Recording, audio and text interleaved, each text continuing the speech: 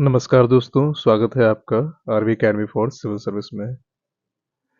UP PCS 2024 जो है इसकी नोटिफिकेशन लगभग फेब तक आ जाएगी और इसका एग्ज़ाम जो है वो आपका जून के महीने में हो जाएगा।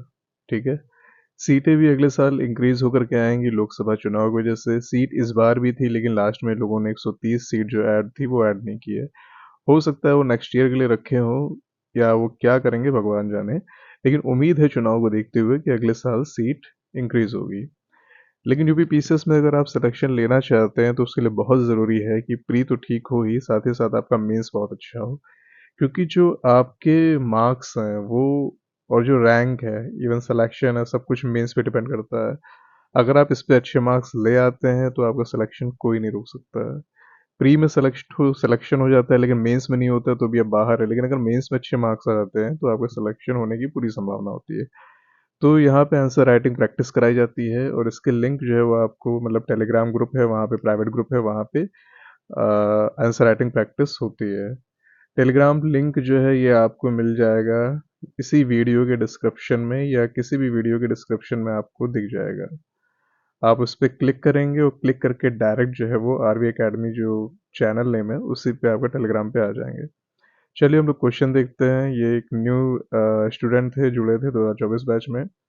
वर्तमान परिदृश्य में आंतरिक सुरक्षा बनाए रखने में भारत के सामने आने वाली चुनौतियों का विश्लेषण करें। 125 शब्दों का है। तो इन्होंने लिखा था, आंतरिक सुरक्षा हमारी राष्ट्रीय सुरक्षा का महत्वपूर्ण पक्ष है, जो कानून और व्यवस्था, लोगों की संपत्ति की सुरक्षा का राष्ट्रीय एकता और अखंडता से संबंधित है। वर्तमान में आतंकवाद, नक्सलवाद, क्षेत्रवाद, देखिए जो भी है इतना लंबा नहीं लिखा आता है। सीधी सी बात है, यहाँ 125 शब्द दे रखा है। अगर आप इसी पे ज़्यादा टाइम लगा देंगे, फिर मान लीजिए आपने कंक्लूजन दिया होगा इसी पे लगा देंगे, तो ये तो 60 शब्द तो आपका यही हो गया। तो आप मैटर कब लिखेंगे?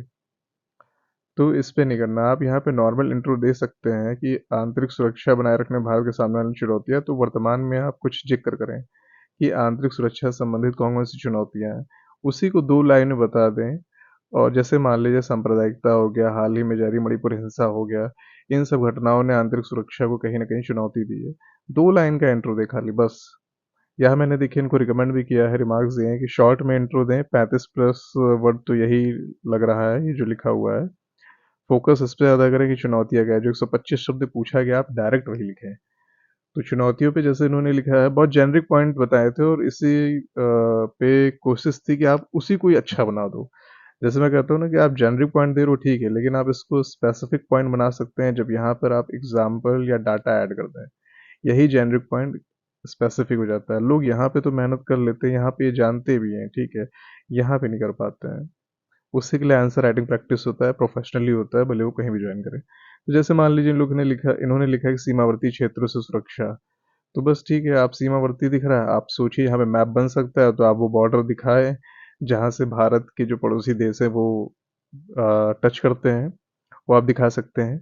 उसके बाद ये है कि जैसे इन्होंने सिर्फ इतना लिखा है तो ऐसे नहीं होगा। आप वहाँ एग्जाम्पल दे, तो ऐसा तस्करी हो गया, अवैध हथियार की पूर्ति हो गया, तो ये चीज़ चुनौतियाँ हैं। संगठित अपराध हो गया, संगठित अपराध में मान लीजिए आपका चाइल्ड ट्रैफिकिंग हो गया और हाँ ड्रग्स हो गए, ये सब चीज़ें इसमें भी आ जाएंगी, जिसमें सफ़ेद पोश अपराध पोश होते हैं वो भी। आणविक प्रसार एवं अतिवाद, जैसे कि हमारे पड़ोसी देश में जो है वहाँ पे ये आणविक प्रसार, ये उतना खुद सुरक्षित नहीं है, तो हमारे देश के लिए कैसे सुरक्षित रह सकता है?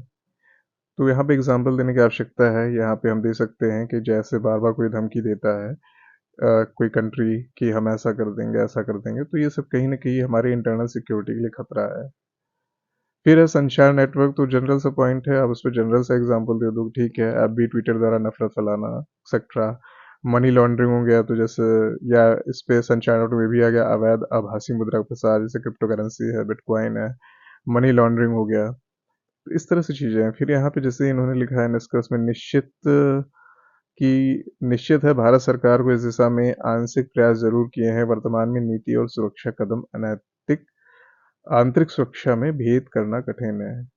लेकिन आप इस तरह से ना दें, आप सीधे से बताएं कि भाई चुनौती आपने बता दी, तो आप कंक्लूजन में कोशिश करें, या ऐसे, या तो एक तो डायग्राम बना के आप ऐसे कर दें, या आप लिखते हैं भारत सरकार द्वारा उठाए गए कदम या सुधार का उल्लेख करते हुए कंक्लूड करें।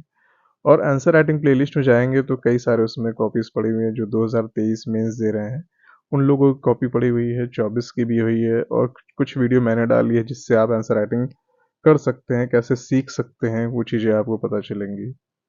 और इसके लिए आप ज्वाइन कर सकते हैं। फ़ीस बहुत कम है। अगर मैं 23 की बात करूँ, अगर 23 तो ठीक है, आप वहीं आ जाए अगर आप लेना चाहें, लेकिन 24 की बात करें तो 24 की जो फ़ीस है वो आपकी ओनली 500 रुपीज़ है पर मंथ। और अगर आप 3 महीने का करते हैं तो 1200 पड़ता है, और अगर आप 6 महीने करते हैं तो 2200 पड़ता है। और बहुत ज़रूरी है आंसर राइटिंग, आज नहीं तो कल आपको करना ही पड़ेगा, तो इससे बेहतर होगा कि आज अभी से करें। Thank you very much.